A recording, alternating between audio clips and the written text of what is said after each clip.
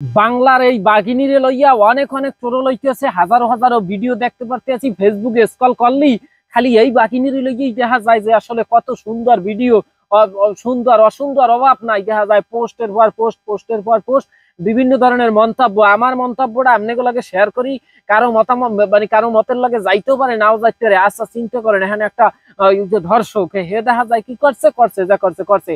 এখন এখানে বাঘিনী করছে কি, এটার প্রতিবাদ করছে। প্রতিবাদটা একটু অন্যরকম ছিল, যদিও সে কিন্তু লিগালে ছিল, কিন্তু কথা হয়েছে যাইয়া সেনাবাহিনীর সাথে দেখা যায় তার একটু বোঝাপড়ায় সমস্যা হয়ে গেছে, এলে দিয়ে কিন্তু সে মাপ চাইছে ভাই। এখন কথা হয়েছে তারে লইয়া তো টোরল করার কিছু নাই।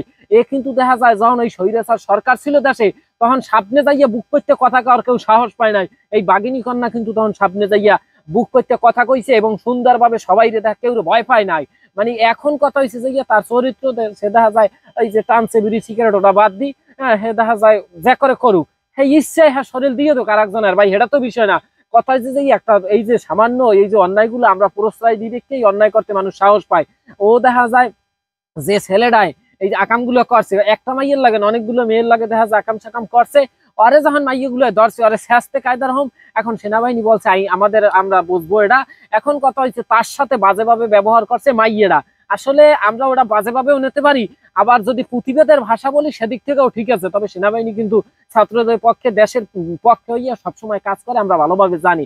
কিন্তু সেনাবাহিনীর সেলুট রে ভাই, সেলুট। অসাধারণ তোমার যে ধৈর্য, ধৈর্যের যে ক্ষমতা কদ্দূর, মানে ধৈর্যের বাদ যে তোমার ভাঙ্গে নাই, মানে পুরুষের যে কতটা ধৈর্য এটা এর কাজ দিয়ে শেখা উচিত। যাই হোক, কথা হয়েছে যাইয়া এই মেয়ে কি আসলে সত্যের পথে ছিল না মিথ্যার পথে ছিল? আসলে সত্যের পথে ছিল।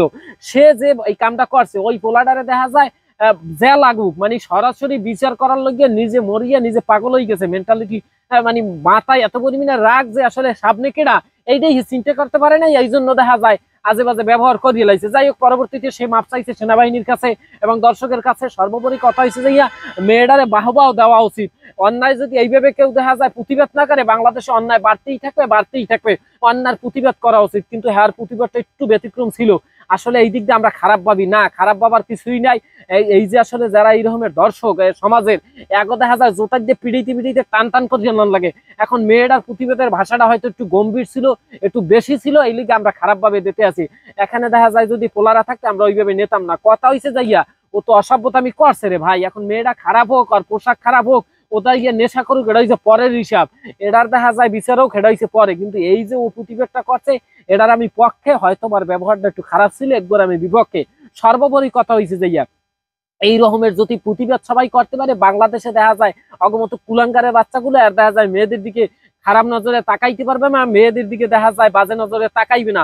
অবশ্যই এই কুলুঙ্গার গুলারে দেখা যায় জন্মের পিডিয়ান পিডিয়ান লাগে, পিড়াইতে পিড়াইতে ওকার আমরা লাল বানাইয়া লাল লাগে। এখন সর্বোপরি কথা হয়েছে যে এই মেয়েটার জন্য অনেক অনেক দোয়া শুভকামনা থাকবে। মেয়েটার সবাই যে একবার ক্ষমা করেন, ক্ষমা করে এই মেয়েই দেখবেন বাংলাদেশে দেখা যায় যত অন্যায় অত্যাচার আছে প্রতিবাদ করতে পারবে। আর এখন যদি এখন আপনারা দেখা যায় টোরল করে বয়াই দেন, তাহলে বাংলাদেশে অন্যায় আবারও বাড়তে থাকবে, কেউ ফিরতে পারবে না। সর্বোপরি কথা হয়েছে যে ভালো থাকেন, সুস্থ থাকেন। ভিডিওটার মতামত আপনারা একটু কমেন্ট করে জানাই দিন। যাই হোক, দেখা হয় আবার আমি সামনের কোনো ভিডিওতে। কালাবাই পেজটিকে ফলো না দিলে ফলো দিয়ে পাশে দেখতেন।